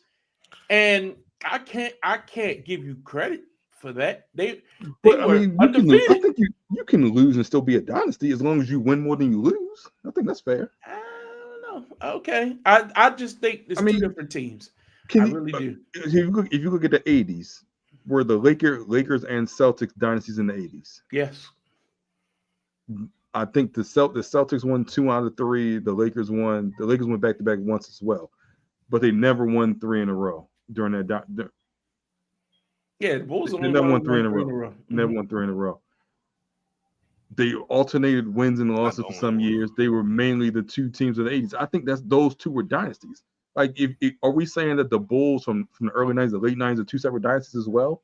I look at the whole totality of the run No, because you had because made the that's same a shorter pieces. period of time, though. What It's I'm still saying 10 is years. It's the 10 years. Patriots team that no. You talking about the early 90s Bulls to the later 90s Bulls. That's the That's same 10 years. team. It's 10 years. But it was the same team, though, is what I'm saying. That's my point. That's why they're a dynasty. You had Scotty, you had Mike, you had They're a Phil. dynasty. That's the dynasty. Okay. Belichick and Brady early on compared to Belichick and Brady in what was the last time they won? 2019. 2019 I'm sorry, to 2000, 2019. 2019 compared to 2003. I just think that's two different teams. But anyway, whatever. Which one's best? And what if the Chiefs ain't it? What they got to do to get there, Calvin? If the Chiefs win Sunday, they're the better dynasty. They won 3 in a row. They've done something that no other football team has done except the early Packers, I believe. Then they won 3 in a row in a league with 3 Super Bowls in a They'd be the row. only one. In a league with free agency, in a league with injuries, with a changed playoff system. They've won AFC Championship games on the road, AFC Championship games at home. They've won with an explosive offense with Tyreek Hill. They won without Tyreek Hill, but the constant is Andy Reid and Patrick Mahomes. Those two are the dynasty. They are the greatest dynasty in the NFL to this point if they win Sunday.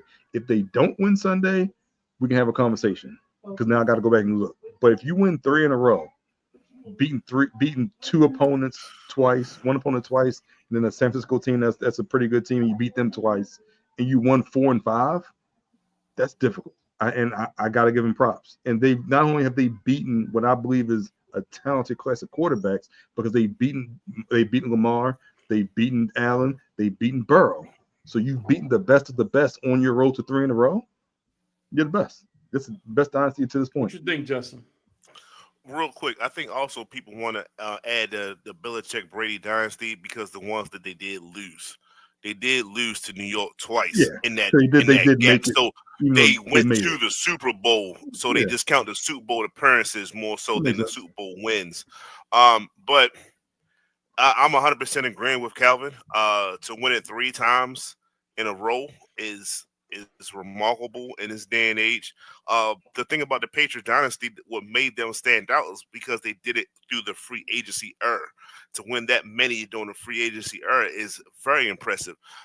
Because you got to take it back to the 70s and things like that, the Steelers, where those same guys been on the same team for 10 years straight or whatever. So you can maintain certain things that way. With free agency, that's supposed to kill that. So with the Patriots doing it, that's one thing, but to win 3 in a row, that is extremely impressive. That is something that we'll probably never see again.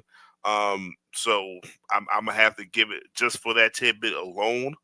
I would love to have the longevity that is the Patriots, but if you're asking me if I was a player, I'm either playing for the Patriots or I'm playing for the Chiefs. At the end of my career, which one do I feel happy about?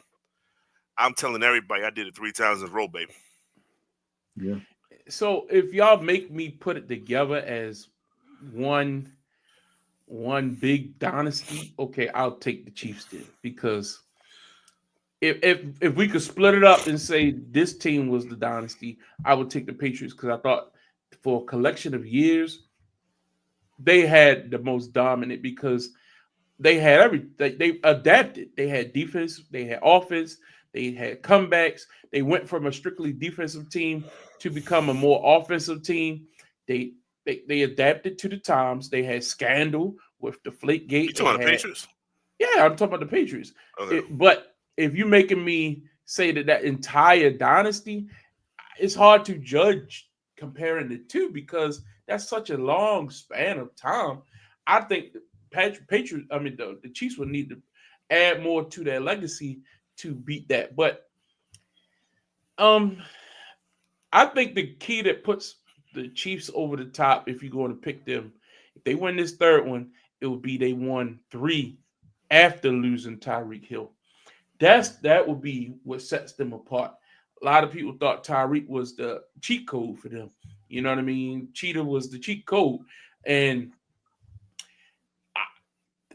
many people before these seasons started, the last 2 or 3 years, thought the Chiefs were going to take a step back. Yeah. Like the first one, like we saw them lose to Tampa Bay, where they had no offensive line and Mahomes was getting smoked. And a lot of people say they need to go out and show up that offensive line. They need to do something. And they did. You know what I mean? And they got better. And every little issue, every year we say they ain't got no receivers. They losing all their receivers. They go out and trade for Kadarius Toney. They go out and get a Hollywood Brown. They go out and draft a speed guy, and Xavier Worthy, and they just plug in another guy. And look, what can you say? You got to give them credit. At the end of the day, it's not all Andy Reid. It's not all Patrick Mahomes. You got to give Steve Spagnuolo and that defense credit, because not only are they great on offense, this has been a great defensive team as well. It's a hell of a 4 or 5 year span. So if we're going to condense it down, yes, I'll give them credit. But I'm going to flip this a little further, since we didn't start till 9:30 today, so we got a little bit more time. Patrick Mahomes, if he wins this Super Bowl, is he the greatest quarterback of all time? Go, Justin. No, it's still Tom Brady. I can give him the what I would want if I was a player. I would want to have 3 in a row versus that, because how long we doing it. But when it comes to totality of playing football, as I have to take your career versus another man's career, and the other guy got me 6 championships, that guy's a better quarterback. He got 7. Go ahead, Calvin. 7 championships. No, it's Brady. And I think the question that you start to ask yourself is, what can Patrick Mahomes do without Andy Reid? We saw Tom Brady win one without Belichick. You know and what? It was always, is it Brady or is it Belichick? And we know the answer to that question now. You know that. Now we can start to answer that question, is it Reid or is it Mahomes? So I agree. If you're talking about who's the most talented quarterback I've seen all time, then we can discuss. That's a conversation. But right now, it's much like the LeBron Jordan thing to me. Yes, Jordan's the greatest. I would never disrespect Jordan. But the argument people are going to always have for LeBron is he's done it over a longer period of time. And he's put up more numbers. So your question you have to ask yourself is, do you value who's done more impact in those short amount of time or longevity? So I think it's 2 different sports. Go ahead, Calvin. Go ahead, Justin. I know you want to say something. No, you good. So I guess the only thing I'll add is, I remember, and even they lost this season, so it kind of puts a tarnish on. But I remember how unstoppable that offense looked in 2007 with Randy Moss and just Tom Brady and them just playing. I feel like they're just playing catch. Like, I had those memories. Like, I don't, as great as Patrick Mahomes was with Tyreek Hill, I don't have those memories. Like, I don't remember him being that dominant. 55 touchdowns. I remember. I mean, I still think that Brady year was better than that. And I So I just remember Brady being dominant. And as much as I hated Brady when he was in New England, you had to learn to appreciate what you were seeing. And I think that's and you saw it up close for so many years, just seeing the Ravens trying to get past, and now you see the Ravens trying to get past Patrick Mahomes. But I just remember Tom Brady just being, on another level. Like there was greatness with Peyton Manning, and Tom Brady was still a level above that. So it's hard to eclipse that. Even though you win 3 in a row, I don't think you can eclipse that on Sunday. I still think that's a career's worth of achievements, a career's worth of Super Bowls, of yards, of stats, things like that. And that can't happen on one day. I give Brady all the credit in the world, but he never dominated the Ravens ever. Peyton Manning was our kryptonite. Let's call it what it is. Mm-hmm. Brady, we didn't have that many problems. We should have went to 2 Super Bowls off Brady's back, if you want to be honest. We blew him out another year in the playoffs. Really? We had that numbers. Huh? We had that number. It was the Colts. It was our kryptonite. Go ahead, Justin. You probably word on that. Yeah, y'all can have all that, but what y'all said earlier, and that's the most important thing, is we're going to get to a point where it's going to be, well, Patrick's great, but is he great because of Andy or without Andy? It's going to happen real. It's going to happen real quick right now because Travis is not going to be there in the foreseeable future. I'm not saying next year, but Travis is going to go, so he's not going to have that anchor that he always had. Those going to be the first line of questions, right? Second, because he got past the Tyreek. He got past Tyreek. Great. Now it's the Travis. Well, you still had Travis the whole time. Travis is just nothing but the greatest tight end ever played, right? That's Travis's stature right now, whether you want to argue it or not. That's what people call him at this point. So the next thing is the coach, and he has to win without Andy to be better to Brady. I almost discredited that argument by saying Andy Reid did have great quarterbacks before him. But I forgot what was Donovan McNabb. And he's irrelevant. So I agree. Anyway, no, I really don't think it's Andy Reid at all. I think it's the player he has. And I will never bet against. I told y'all this. Like Patrick, not just his football IQ at this point, he instills fear in these guys. Like he has a psychological edge. So let's get to it. Super Bowl this Sunday night, 6:30 kickoff. I think the line, last time I checked, Calvin, did you check the line recently? I haven't looked at it in a couple days. Let me check it right now. All right, it's Eagles. No, it's Chiefs. Kansas City minus 1.5. Yeah, 1.5. Let's start alphabetical order. Let's start with you, Calvin. Who you got? I've been going back and forth on this. I think outside of Tampa Bay, this is the best offense that Kansas City will face in the Super Bowl. I'm just thinking it's too much Saquon Barkley. I'm thinking it's too much Saquon. I think they control the clock. They can keep that Kansas City offense off the field. I'm not betting against Patrick Mahomes, but I think if you limit his possessions, then you have a chance, and you can do that with a great run game. I'm going with Philadelphia. So you betting against Patrick Mahomes? Yes. I'm not betting against Patrick Mahomes. I'm just betting. You say you're not putting no money on it. That's a difference. I got Philadelphia. I think the point spread is like 48.5. I have it. I think I had 30, 31, 28. I think Kansas City has the ball. They need a score. They need a field goal late, and they're just not able to get that field goal because that Philadelphia defense stands up and just prevents them from getting the field goal range. I have Philadelphia win this ball game. I want the strength of Saquon Barkley. I think they give him 25, 30 carries. They just say, look, this is what we paid you for. This is what you're here for. I got Philadelphia win this ball game. I keep wanting to say against. I got Philadelphia. Justin, who you got?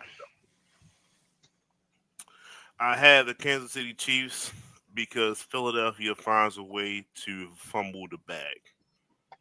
I think they're going to be in a position to win, and I think they're going to fall short some kind of way. So you're saying Jalen Hurts is going to fall short? It might not be Jalen Hurts. I'm not sure. Okay, it's going to be somebody. I can't predict that. I'm not Nostradamus. Hey, stranger things have happened in these playoffs. And that's what I'm saying. To me, it's a Super Bowl thing. People try to out-coach themselves in the Super Bowl. We all know what Pete Carroll did. I'm not saying they're going to be the situation like that, but I can see them saying, "Yo, instead of giving the ball to Saquon, Jalen make a play for us," and then he mess around and f things up. You know what I'm saying? Like I can see something like that happening, and they said, "God damn it, they gave it to Patrick Mahomes again." That's what's going to happen. You know, before the year started, I picked the Eagles to win the Super Bowl. I thought this team, adding Saquon Barkley, would make them just that much better, giving them another option with those two receivers on the outside, with Dallas Goedert tight end, their ability to run RPO with Steph. Excuse me, with I say Steph Curry with Jalen Hurts. I think it really, really, really has led all to this moment where people are going to be, the Chiefs defense is going to be keying in on Saquon. And I don't think Saquon will start this game fast at all. I think it will be what we've seen all season, where he gets stronger in the second half. And in the end, I think the key to this game will be that Philadelphia defense. I think that's something we have not spoke on. That defense is loaded. The linebackers fly to the ball. Yeah. The defensive line is great. The secondary, they facing a couple of injuries, nicked up. Hopefully the 2 weeks off gave them a time to get back. We'll see, check out the injury report. But I just think defensively, they match up well with the lack of big-time playmakers that the Chiefs represent. Xavier Worthy, great young player, but this is a different type of stage. This is the Super Bowl. Hollywood Brown on a Super Bowl stage will choke. I just don't see it. I just think I don't bet against Patrick Mahomes typically. And 2 years ago, everybody was picking the Eagles. And I said, nah, I'm going with the Chiefs. And I won a good amount, a little bit of money that night. But this game feels a little different. Back then, I felt like Jalen Hurts was the hot name on the street. Everybody was building him up. The hype was there. I remember him from Alabama. I was a tour guy, so of course I didn't care for him. But I just think that loss in that Super Bowl, how many players have we seen who have lost in the Super Bowl the first time, who have got a chance to redeem themselves against the very team that beat them? That doesn't happen. How many get back to the stage? To me, there's something to be said for that. And I think the Eagles will be ready. I know Nick Sirianni takes a lot of heat. I know he gets disrespected a lot. But I give him all credit in the world to a coach that is fine with going out on a limb and sticking to his guns. The man said, we are going to run the football. Last year, we tried to just keep passing it. And they could run very well last year. People forget they had a very good run game with DeAndre Swift. They had a couple backups. Everybody who touched the ball could run. So it's not like Saquon is just this new revelation. They just, when it was in the biggest spots, they got away from the run because you got A.J. Brown, because you got Devontae Smith. So the key to this Super Bowl will be run the ball, play good defense, and in the end, I think the Eagles will win the Super Bowl. And Saquon Barkley will be Super Bowl MVP. I'm going with the Philadelphia Eagles, the team. Who's your MVP, Calvin? Back in August. I had Saquon. Okay. And you got Patrick Mahomes? Patrick Mahomes. And of course. I'm about to say, give it to Travis Kelce. You say that important. No. I would like the end of this dynasty to be it's only one team that beat the Kansas City dynasty. I like that. I like that. I like to add that. Add that. Something that hasn't reared its ugly head as much lately, and I give Joe Tooney all the credit in the world. Ever since they moved him out to left tackle, the offensive line has been playing a lot better. And quiet as a kept, Joe Tooney, different beast. Joe Tooney going for his 5th ring in this game. Oh, it's his 4th. 5th. If he wins on Sunday, this is 5th title. Oh, he won one with the Patriots. Yeah. So anyway, if they get after Patrick Mahomes, it be because the AB. Look, if you look at the way Jalen Carter likes to come in, and they got dogs over there, man. That defensive line for Philly, Jacoby Dean and them boys flying. That young boy, man, they forced fumbles too. We saw what they did to Washington a couple weeks ago. It's going to come down to a strip, something going, a big fluke. You think, oh, no, it's not a fluke. This is what Philly does. They practice that peanut punch, that peanut hammer Tillman punch. I think it's going to come down to a turnover or two, and Philly's going to pull out a big victory. So before we get out of here, we need to talk about a couple things, and that's Myles Garrett. On the trade, asked for a trade, requested it, wrote a letter to the city, letting them know, yada, yada, yada. At the end of the day, do y'all think that Cleveland, the GM came out and said he ain't trading them? Justin, what's your thoughts? I think he does get traded. Why? Because they said that first. They said that we're not trading him first. Then he came out with a statement afterwards. So one, it drives the price up, but two, it gives it gets the pressure off of Cleveland. Like, hey, we said we wasn't trading, but clearly he wants to be traded. So we can feel free to trade him now. So it takes that negative stigma off your back. And Tampa Bay can use a defensive end like that. That's all I'm saying. Calvin, we can put a package together. Both. Look, I think he's getting traded. I think he's getting traded to the NFC. I don't all these Buffalo fans. It's not happening. It will happen. Baltimore will trade for him before Buffalo does. I think he's going to the NFC. I think he's going to Washington. A lot of cap room, a lot of cap space. Aggressive team, young quarterback can absorb that cap hit. So I think that's where he goes. And I think it's going to take at least a 1 and a 2, but you could probably space them out over different years. And if you're Washington and you're believing JD5, your 1 this year is what, pick 29? Okay, give that up. Let's go give that up. And so I think he's gone. I think he definitely goes to NFC. My money's just on Washington.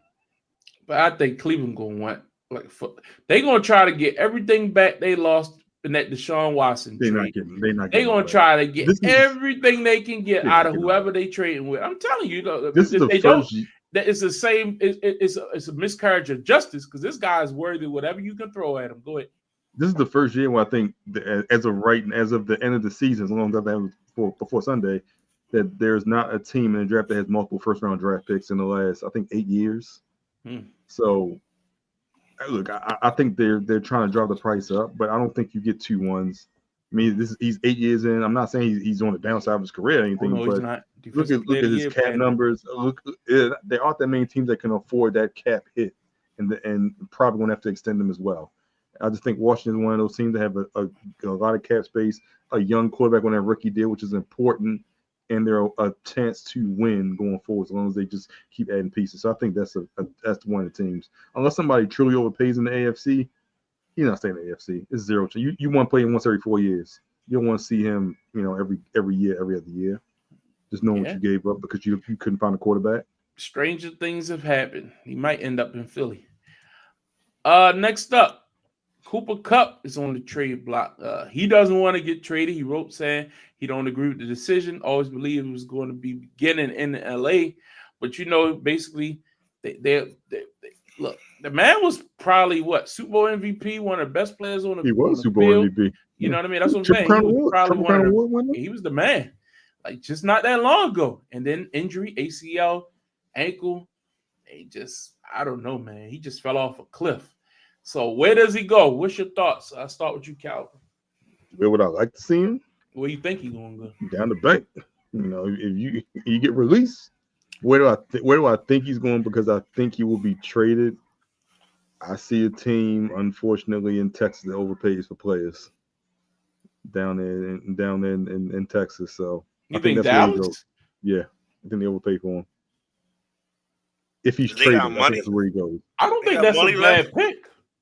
So I think he's going to rework his deal, and I think that's why that's the leverage he's trying to. I think he wants to be released so he can decide where he goes, but he has the leverage to not rework the deal based off where he goes. But I think if he likes the destination, then he'll rework the deal. I would say ain't he owed like 30 mil or something like that?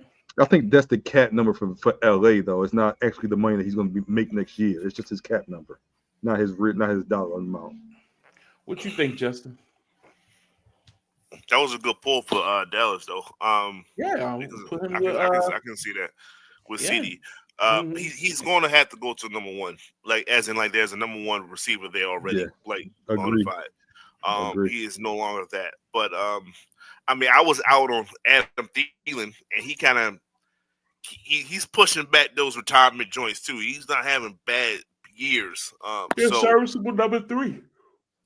So with that, I can see him going somewhere. I like Dallas, to be honest with you. That was when you said that, everything else kind of went blank for me. Like, yeah, I can see Dallas pulling that. Do y'all think the Rams tanked him? I honestly say this because I felt like he wasn't even getting targets. Like they weren't looking his way. Was like the McVay say, just don't even throw to him. Like, I'm sorry, I just can't believe the guy couldn't be open. If it was a younger quarterback, yes.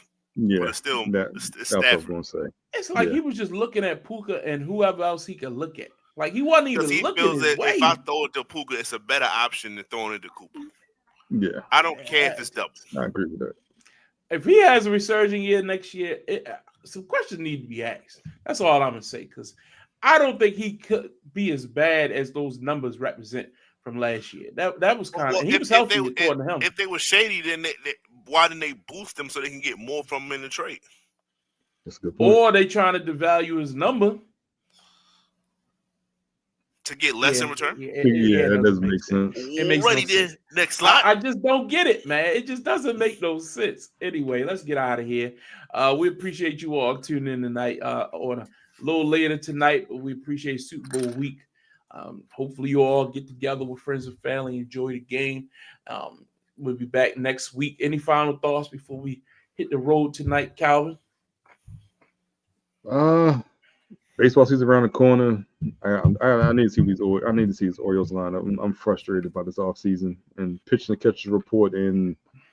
I think next Friday or Saturday, something like that, like the 14th, 15th. So I'm disappointed. I'm disappointed this offseason, but hopefully these young guys step up. But it could be a long summer. Justin, any final thoughts before we get out of here? One word. Yeet. Good stuff. Man, that Royal Rumble was pretty entertaining. I really enjoyed it. It wasn't entertaining. It was halfway entertaining. That women's Rumble was trash. Nah, I'm talking about the main Royal Rumble. The men Royal Rumble. I held out hope for number 31, but you thought Becky? No. I thought The Rock was coming back. Oh, you thought? No, I was fine with what the men did. Becky would have been a better 30 than Logan Paul. Oh, completely agree. In the men's. I'm fine with Jay. Jay won. I'm happy. I don't need anything else. But I enjoyed Braun Breaker spearing the hell out of ISO Speed. I enjoyed him spearing the hell out of Roman Reigns. Yo, that Roman spear. Woo. Good God. I love that curb stomp on Roman on the floor and on the steps. Yo, he killed Roman on the floor, though. Your face really bounced off the ground, for real. So he really hurt? Or that's just a word? He hurt. But he was going to be out anyway. Nah, legit. He really did get hurt. He's going to be in the elimination chamber, right? I don't think so. I think right now the match that's reported that might be is Punk versus Seth versus Roman in a 3-way at WrestleMania. That's good enough to carry 2 months. And Cody versus Cena for the other title. Gunther versus Jay might close WrestleMania. That's just the working plan. You know how those things change. So Cena and Jay not going to win though. I think Cena's going to lose to Cody. It's just my opinion. I don't know that for sure. They might hold it off to some extent. Since he's going to be there all year, maybe he wins, drops it later. But whatever. Jay winning. Jay closing the show yeeting. You know that's going to win only because they said that the movie will be finished post WrestleMania, so he'll actually be on weekly for like 2 or 3 months. Maybe. So I'm not 100% sure on the result of that. Okay. And Cody has had the belt for a year. So I think he can afford to lose it. I just don't know if I'm going to beat Cody with an aging John Cena. I would have put Cena versus Gunther if you're going to do that. You know what I mean? That would make more sense. But then, I don't know. Anyway, we can discuss wrestling next week. We got plenty of time. Yeah, we got plenty of time. But anyway, folks, we appreciate you all tuning in tonight. We'll be back next week, Tuesday night, to recap the Super Bowl. We'll talk about who did what, who didn't show up, who did what does the dynasty. If the Chiefs win, we have a lot to say. You know what I mean? If not, hats off to the Eagles for taking care of business because they should win this game. If you look at the roster, stack them up, the Chiefs should not be beating the Eagles. But you know, I made they got team said Patrick it this year. Mahomes. They got Patrick Mahomes, man. It is what it is. All right, folks. We'll see y'all next week right here. Get off the damn fence. Holla.